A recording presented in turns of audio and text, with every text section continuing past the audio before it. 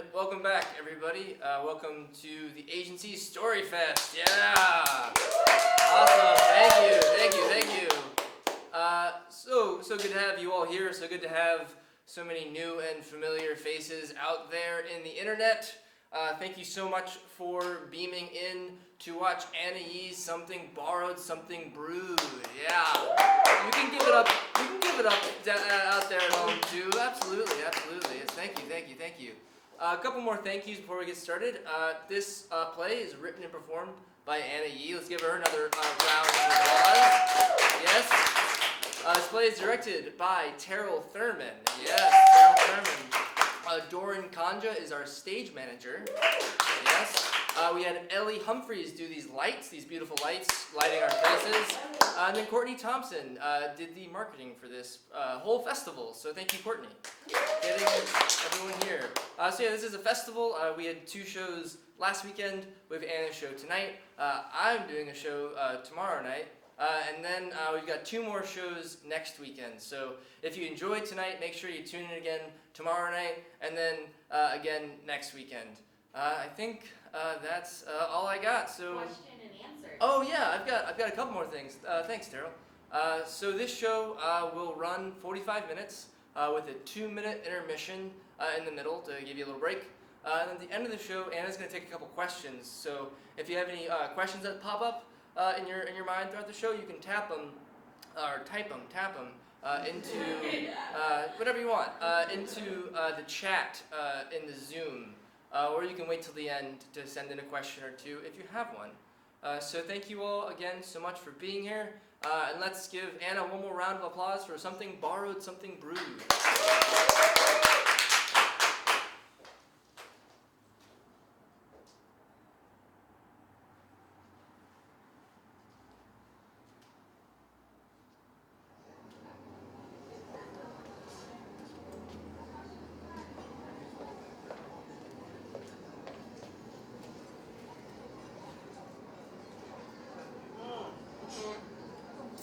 That's when he told me he couldn't be with someone who doesn't like bacon. Oh, so ridiculous, I know. Now, it's not a religious thing. It's just like, I've always wanted a pet pig, and I could never eat my future pet. Pig, like oink oink. They're so cute. Come on. No, not a religious thing, not a cultural thing either. What? What am I? This question,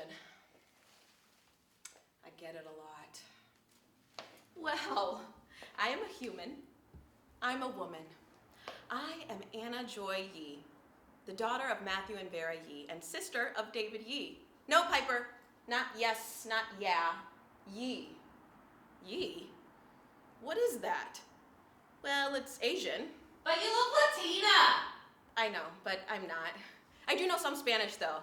But I'm not Latina or Hispanic. I'm actually not even 100% Asian. I am an American, an immigrant American, totally legal. I'm right-handed. I have a photographic memory. I'm really organized, really clean. I floss every single night, no lie. And I don't do drugs, unless you count caffeine as a drug, then guilty. All right. I guess I kind of understand the reason behind the question, but every time, really? It's a bit of a microaggression. You know, like when I get a eyelash jabbing me in my almond-shaped multicultural eye. Or, by definition, a subtle discrimination against a marginalized group of people. But wait, there's more. I recently learned about something called implicit or unconscious bias, which is a stereotype or prejudice that we're unaware we've picked up along the way. So, the person asking, "What are you?" doesn't intentionally mean to microaggress me, they just might be unaware of their bias. Maybe they're unaware because no one ever told them. All right, I'll give in. I am half Chinese, half Jordanian, to give you a better visual. Half Mulan, half Princess Jasmine. Can't you see it? So my dad is Chinese. He's from Hawaii though, but that makes him a Chinese-American with a big heart and an even bigger aloha spirit. We'll talk about him later in the show. Now, my mom, Jordanian. Jordan what? What is that? Where is that? You might be wondering. You know, the country Jordan in the Middle East. That little one right in the middle of Syria, Iraq, Saudi Arabia, and Israel. Ever heard of the Dead Sea? Make a right. Ever heard of Petra? X marks the spot. Ever heard of Jesus Christ? Baptized in the Jordan River. Not a bad tourist trap. Oh, if you go, you can buy little vials of rocks and holy water from the Jordan River. How cool is that? To give this to your friends as souvenirs. The holiest of waters. Oh, bottled straight from the source. Or if you're like my mom, just fill up an empty water bottle and pack it in your suitcase. Either way, you can't get that in Florida. But Jordan is more than a tourist trap to me. I was born in Amman, the capital city of Jordan. Jordan itself is small and dry. It can actually fit inside the state of Illinois. But Amman is a lot like the city of Chicago. Modern, busy, and a central location for good food. My parents moved us to the States from Jordan when I was 2 years old. And our customs moved with us. I grew up in a household where, how do I say this nicely? My mom wore the pants.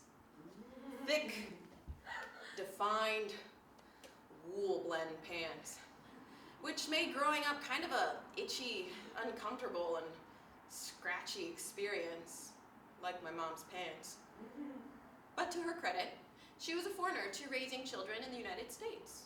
She didn't grow up with MTV or Saved by the Bell, so I had to sneak over to a neighbor's house to watch those shows for years. Oh, those years.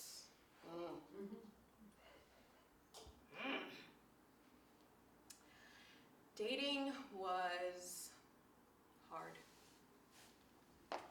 And by hard, I mean non-existent. Even at a young age, I was focused on my relationship with my career. And don't get me wrong, I love that. I was a straight-laced, straight-A kind of girl, and I fit in with almost everybody because I spent almost all my free time doing cheerleading, dance, theater, yearbook club, Spanish club. Are you Latina? Again, I'm not Latina. You would have thought my parents would have trusted me more. You know, being so busy and all, but they had eyes on me like a hawk. Where are you going? What are you doing? Who are you with? Why don't they just come here? Or better yet, just stay home! Ugh! That is so unfair! You didn't grow up here. You know I don't drink or do drugs, and yet you treat me like I'm the high school harlot? Really? Oh, just leave me alone! It's my life, it's now or never. I ain't gonna live forever. I just wanna live while I'm alive. It's my life. It's 'cause I did it my way. I just wanna live while I'm alive. It's my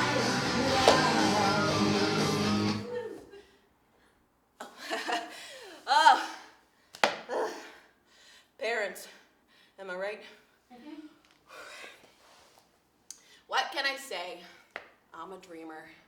My parents actually encouraged me to dream.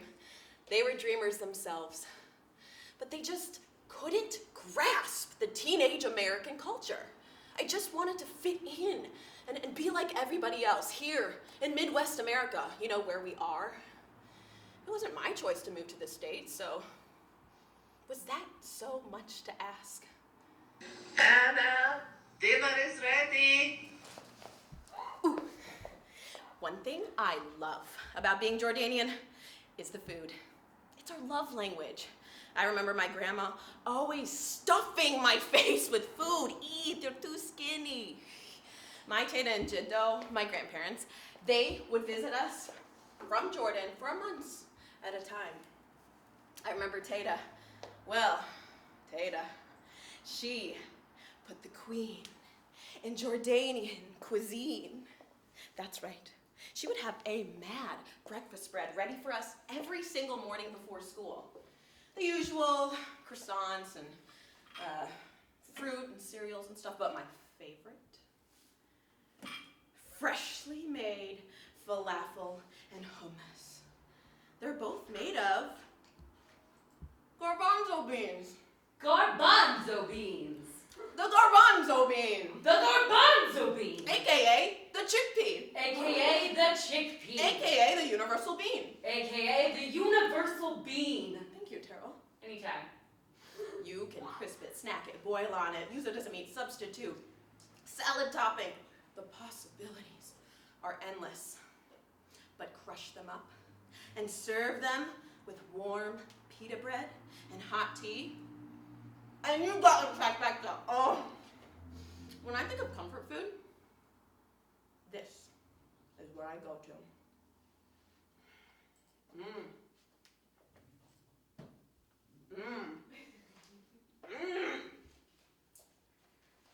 Yum. Wow. But freshly brewed hot tea is Middle Eastern medicine. Seriously, there's a tea remedy for everything. Got a stomachache? Mint tea.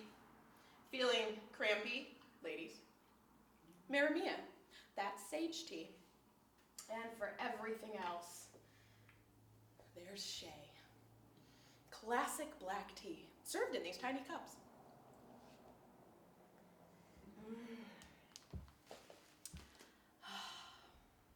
Even the smell brings back memories. Reminds me of my Teta and Jidda's funerals. In the Arab world, offering your condolences is taken very seriously. Whether you're Christian or Muslim, you will attend a traditional wake. Maybe even a handful in 1 week. It's called the Azza. A 3-day mourning period and public wake immediately following a burial. Looking at it this way, it's a beautiful, spiritual, centuries-old, family-honoring form of bereavement that brings together everybody and their moms, and I mean that literally. When both my grandparents died, we went back to Jordan, and for 3 whole days, family and friends gathered at our Dewan. That's a family hall or small house. So many people came out of the woodworks. Cousins of cousins, extensions of extended family members, 2, 3, 4 times removed. Now, do you know what happens when you pack a room full of aunties and uncles? A breeding ground for gossip. You think hair salons are bad here? Try sitting through a Middle Eastern memorial service. Woo! You know, Bint Leila still unmarried, 36 years old. But she does have lovely skin, but la. Ah, yes, we must find Bint Leila a husband. Where is he at? Is he still unmarried? Ah, yes, he is, but I do not know where he is. It is day 3 of the Azza, and I have not seen him here. Forget it. He will not be invited to my daughter's wedding. Your Bint wedding? Ah, yes. She is engaged to be married to a doctor!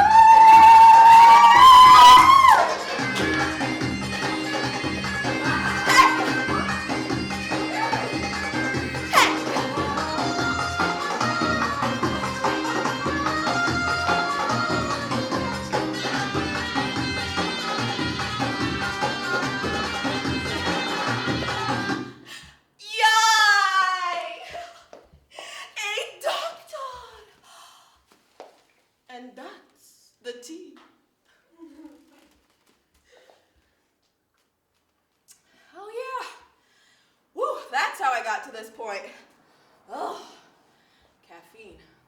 Drank so many tiny cups at my Tata and Jinda's funerals. See? Caffeine is a worldwide drug. Helps soothe the soul or fuel the fire, whatever fix you're looking for. Because in Jordan, hard feelings cut deep. If you do wrong by someone, grudges can go on and on. Backstabbing can turn into social blacklisting. And little fires can grow into big family feuds. Reminds me of my first boyfriend after high school. Finally! I was out in the open to talk about dating. But things didn't magically change for my mom when I went to college. There was no meet cute with her, and we'll call him boy number one. She just couldn't accept the fact that we were dating. He's not your boyfriend. He is your friend. Okay, fine. But the more time I spent with boy one, the more mad my mom became, until one day she just stopped talking to me. She wouldn't look at me and pretended I didn't even exist. At least it felt that way. Imagine asking your mom to pass the salt at the dinner table and getting hit with a wall of silence and tension. But when someone pushes me away like that, I push back. I found things to do to not come home until late at night. A week of not talking to my mom doesn't sound that bad, but it was excruciating. It felt like I might not ever talk to her again, or she might not ever meet my kids one day. But after 7 long days, I found out how to get through to her. I found her one weak spot. Tata and Jiddo. So, on silent treatment day number 8, I started having dinners over at my grandparents'. Once my mom got wind of this, it's like her thick, ironclad shield just cracked open. And she called me right away and left this voicemail. I am so glad that you went to Tata and Jiddo to help. You have given me some time to rest a little bit and have a respite. Thank you so much. I really appreciate it. I love you. Bye.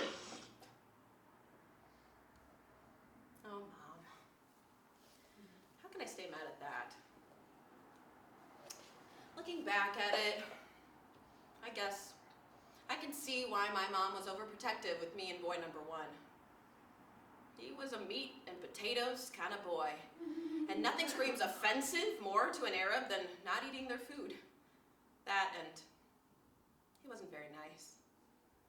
I tried to hide my pain in the relationship, but now that me and boy number 1 weren't together anymore, I have him to thank for helping me grow a thicker skin, for giving me the opportunity to break through my mom's thick skin, and for leading me right to boy number 2.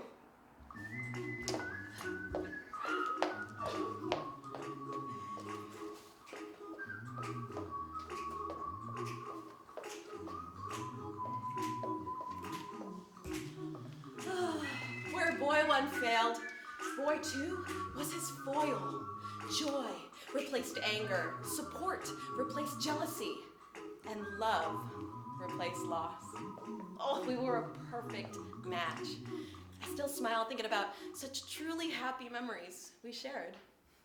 Trips back and forth to each other's colleges, stealing kisses under a bridge, and just like little things like him taking care of me after I got my wisdom teeth pulled. I was so sure he was the one. My heart was on fire for this man. And I think my mom saw that too. She seemed quiet. I took that as her way of being supportive. And bonus points, boy 2 actually liked Jordanian food. Cue the fire.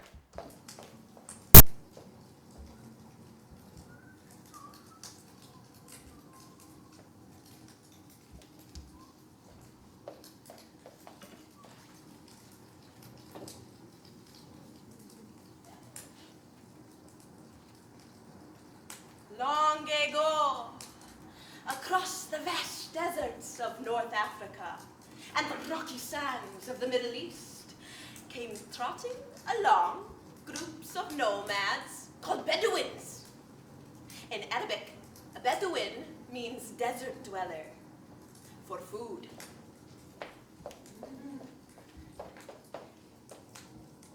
They would cook up a large tray of rice and meat, usually lamb, simmering in a fermented yogurt sauce. In Arabic, large tray translates to mensif, which is actually the national dish of Jordan. No silverware. You just use your hands. You dig in, talking and eating at the same time. It's allowed. And whatever happens in the desert stays in the desert. There really is something oddly satisfying about eating a whole entree with your bare hands. Try it sometime. I commend Boy 2 for using his hands. Hands that typed up love notes just because. Hands that dialed the phone just to let me know he was thinking about me. And hands that held mine as we'd take walks and dream about getting married. In Jordan, arranged marriages are still a thing. Actually, my grandparents had an arranged marriage. Hello, Ittihaj. It is very nice to meet you.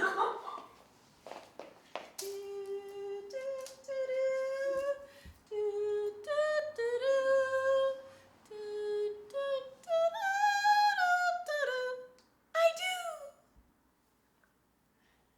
She was 17. He was 30. It wasn't weird then. It was just how it was. It was a male-dominated world, and it still is today. Women there just don't have as much of a say as they do here. If my parents arranged my marriage with boy number 2, I wouldn't be mad at it. Out of all my exes, he was my favorite. But time went by, and those strong hands of his just couldn't hold on to the smoke left over from our burning love. We drifted apart.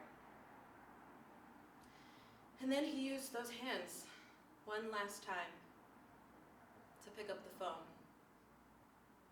to break up with me. The blunt force ripped my heart out of my body as I lost every plan, every promise in an instant. I just couldn't wrap my head around this. No. No. No! No! No! What did I do? Why are you doing this?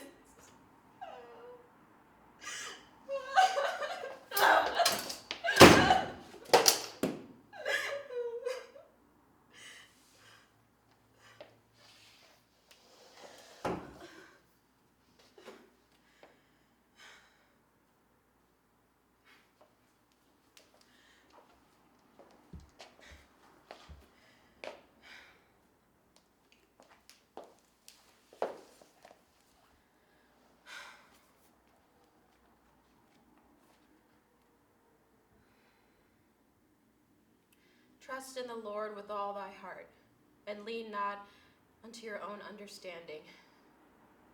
In all your ways acknowledge him, and he shall direct your path. Okay, God. Proverbs 3, 5 and 6. Fine, I give in. If you can hear me, can you? Help me, please. He doesn't love me. He doesn't want me. I'm all alone. Anna, are you okay? It was my mom. She rushed through to my childhood bedroom, held me close, and cried with me in my floral comforter. She stayed by my side through the waves of tear storms that hit at midnight, 2 a.m., 5 a.m. Before I knew it, it was a new day. And I didn't get a wink of sleep. But my mother's love got me through that dark night. She took on the pain of my burden and gave me a piece of her heart to help fill the gaping hole in mine. That ironclad shield she once used against me, she now used to protect me. God heard me. It was in that moment of heartbreak that I felt like all the pain and anger we had been holding on to, I could let it go. It felt like progress. Like I could finally forgive and forget all those years of tension that tied us up. And maybe she could forget too. Maybe we could forget the past and move forward together. But we didn't move forward. We didn't even stay still. When boy number 3 came into the picture, we took a giant leap backwards, right back to square one.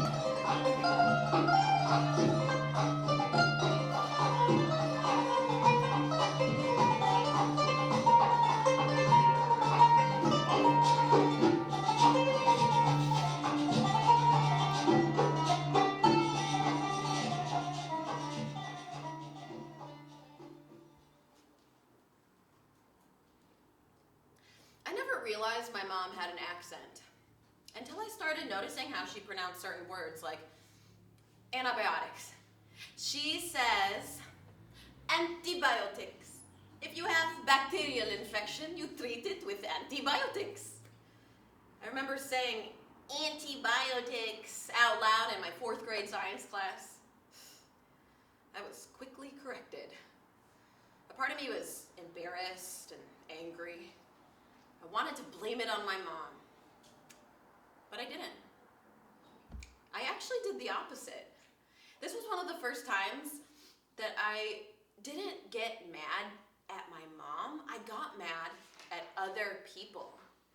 I started noticing her isolation from the outside world because of her differences, her accent. And that sparked a new sensation in me. I got defensive. Why? My mom is awesome. She's bilingual. How can you make fun of my mom's accent? Do you even know why she has one? Oh, that's right. Because she learned a whole other language and then moved to a foreign country to study and practice medicine in that language, which actually makes her smarter than most people. Did your high school foreign language class get you a PhD? Did you pass nursing school while raising 2 kids? I'm not trying to downplay any effort you might be making to learn another language. I'm just not going to let you downplay my mom's efforts either. She was a trailblazer. She was the oldest of 7 kids and the first to move to the United States of America. She got her bachelor's degree at Jordanian-American, and then she moved to New Orleans for grad school at Tulane University, where she actually met my dad.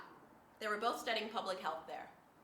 And get this, she told him if they were going to date for longer than 1 year, then he'd have to put a ring on it. My dad thought about it, prayed about it, and bam, they were engaged, no questions asked. So in 1982, they got married in Jordan, and then they moved back to New Orleans so my mom could finish up her PhD, as I previously mentioned. And then my older brother was born. This was 1985, baby. But let's not skip past my dad. No questions asked. Huh. Okay. He's a simple man, raised by Chinese parents in Honolulu, Hawaii. Simple, but certain. When you know, right? And I guess that's what I'm looking for too. Confidence, decisiveness, complete devotion from a life partner. It's been 38 years, and my parents are still married. And I give them credit.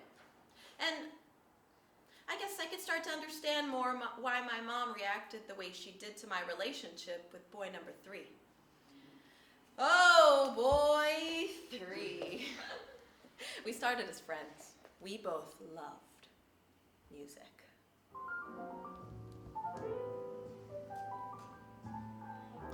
He opened my mind to new sounds and subgenres of jazz, hip-hop, electronic, rap. And you need to understand, for a music lover like myself, learning to love a new genre of music is very exciting. It's like unleashing a new part of your creative brain that you didn't even know you had. For me and boy 3, music was a momentum we needed, and I didn't want to fight it any longer. Sounds corny. I know.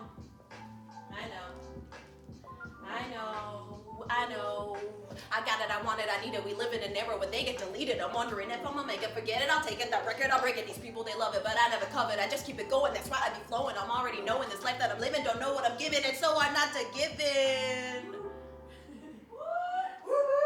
We did give in. We started dating, and it was good. We got along, we talked, we laughed for hours. We even agreed on topics like abortion and divorce. We went to concerts, we listened to more music, things were flowing. And then he met my mom.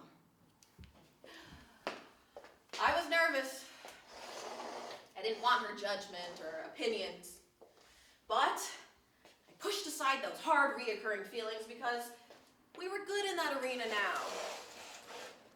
She cared for me after my last breakup, and she wanted to see me happy.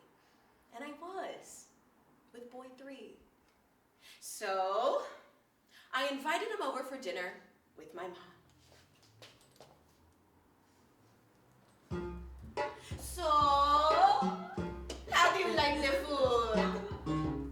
I made it just for you. Yes, that is oregano. Very good. In Arabic, we call that za'atar. I'm from Jordan. You know Anna is too. More tea? Good. Yes, that's the mint. Smells very good, I know. I noticed you haven't touched your meat yet. Go ahead, try it. It's my specialty. Don't be shy. Eat. What's that? You don't? Meat? Meat? Oh no. I forgot to mention that he's a vegetarian. Oh, that's not good. That eliminates like 80% of traditional Jordanian dishes. And there goes 80% of the chance of him winning her over. Okay, we still have 20% chance. We can work with that. It can be a slow build. We can open her up to new veg-friendly dishes, more dinners, more conversation. She would 100% have to see the sweet, lovable guy I love and love him too, right? I'm not very good at mental math, but I figured this equation out pretty quickly. I knew that 20% of hope divided by a boyfriend without a college degree equals 0% chance. We were doomed. The moment she found out he was older than me and still in school. Sounds unfair. I know, it was. But remember what I was telling you about her being a trailblazer? As important as food is to her, education is more important. It's her idea of a happy and successful married life, and she just couldn't shake it past boy number 3. No money, no way.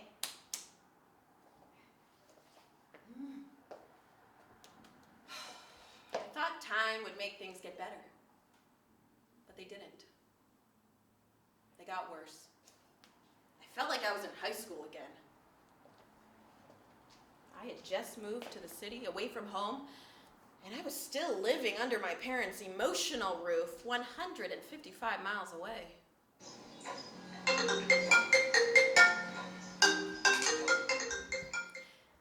Hey, Mom. Good. Just hanging out with some friends. Yes, boy 3 was here. Hello? Hello?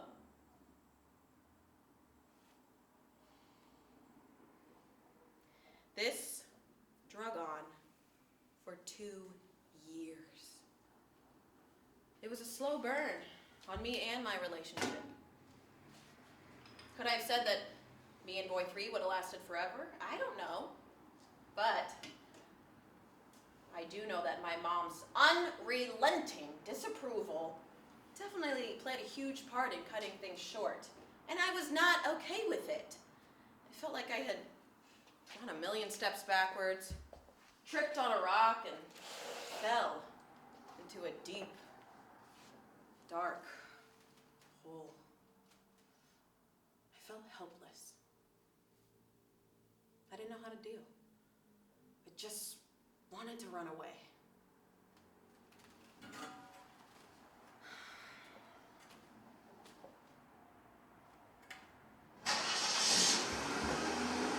There. Are you happy? I'm single, we're done, and I'm miserable.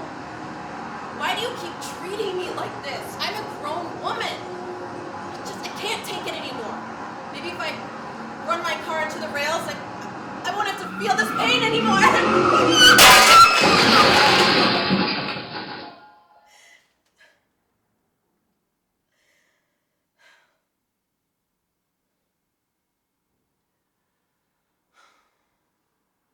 didn't do it. I couldn't bring myself to. But I did tell my parents I thought about doing it, crashing my car, because of them.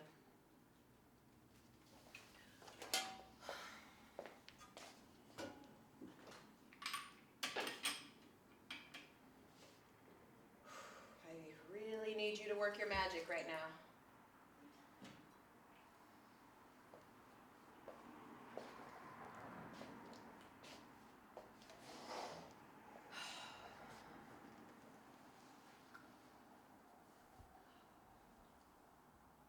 Is this what my life is going to look like now?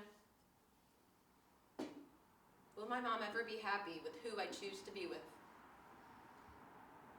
Will I ever be married, have kids? A year passed by asking myself these questions. No answers. I did get one answer though. My parents told me something I've never heard before. They said they'd stay out of my way. Let me date whoever I wanted and just not say anything negative about it. I didn't know how that'd play out, but I'd soon find out.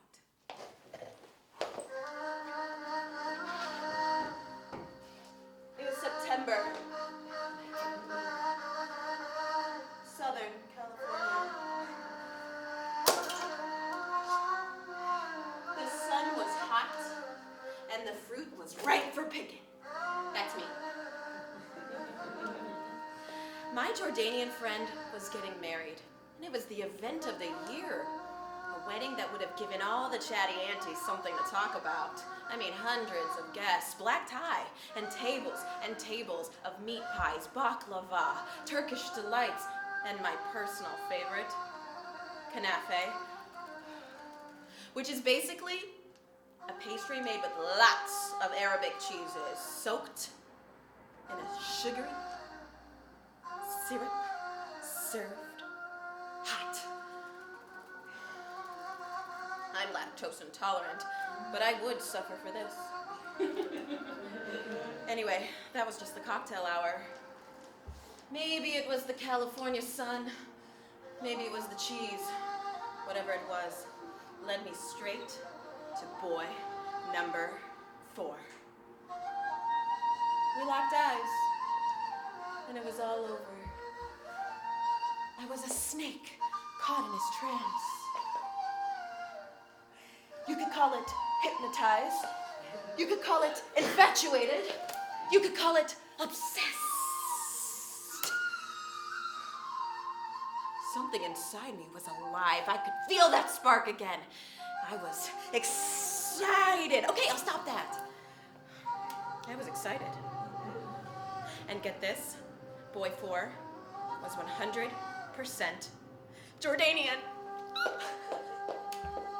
I swore to myself I would never date an Arab boy. Ugh, just kind of gross, way too similar to me. I don't know, I just wasn't into him.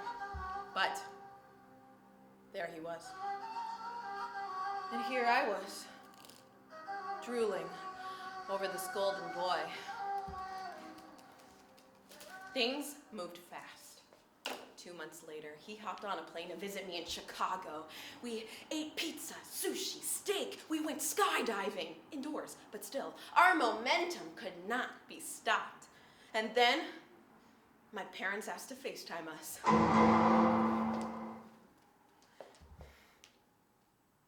They were talking. Hi, Mom.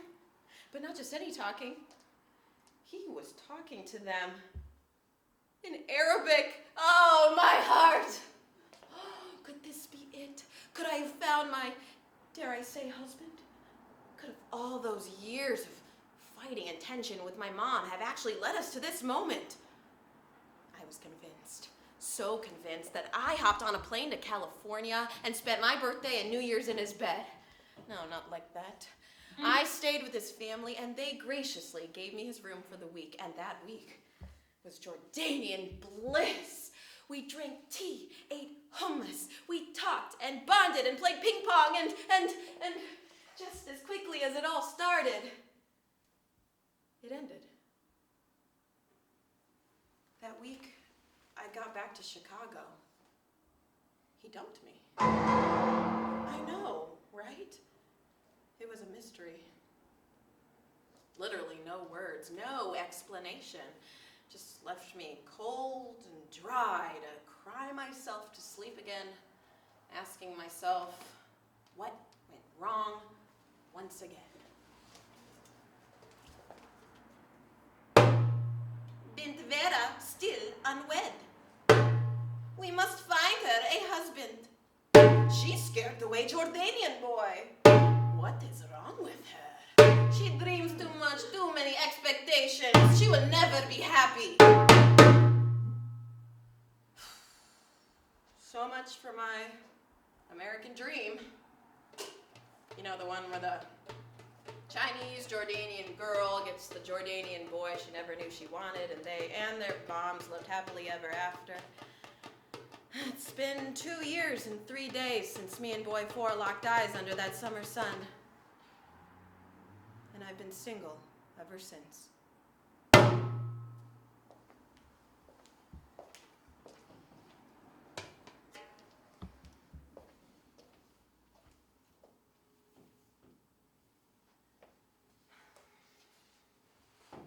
I'm marching to the beat of a new drum now. I'm falling in love with myself.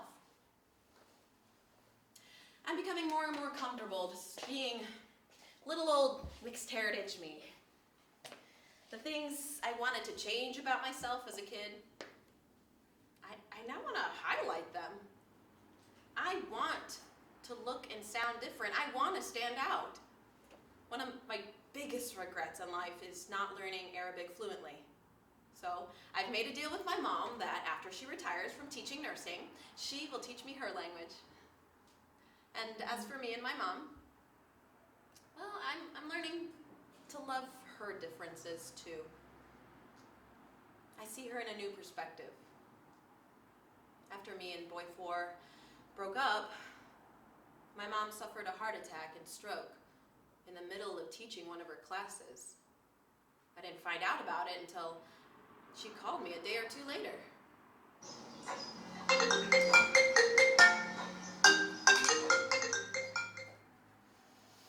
Hi, Mom. You're in the hospital?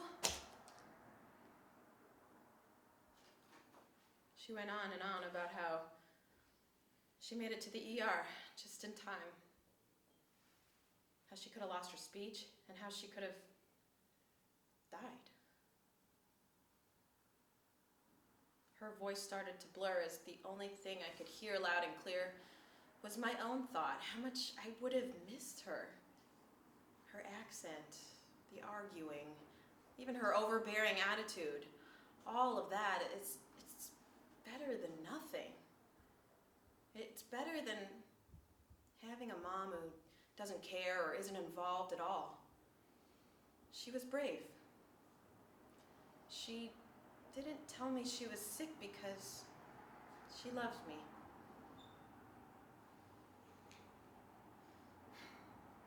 Okay, Mom. We'll talk soon. I love you too.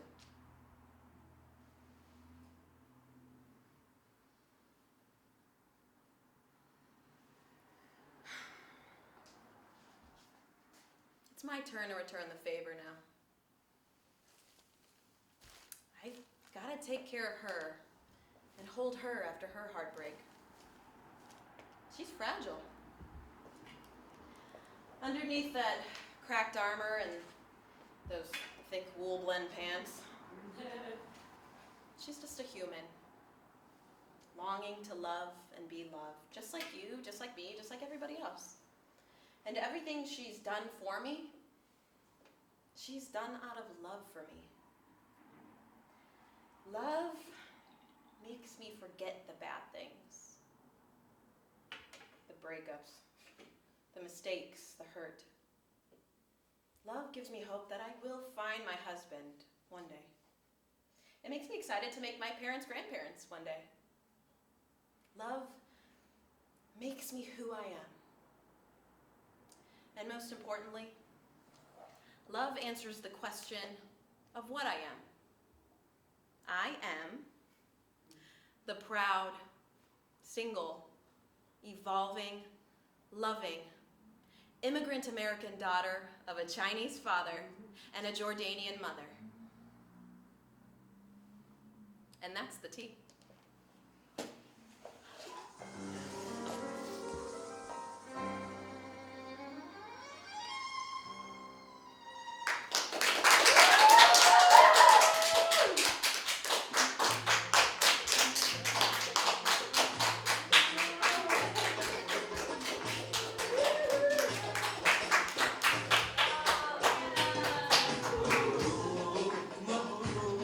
يا حياة قلبي مبروك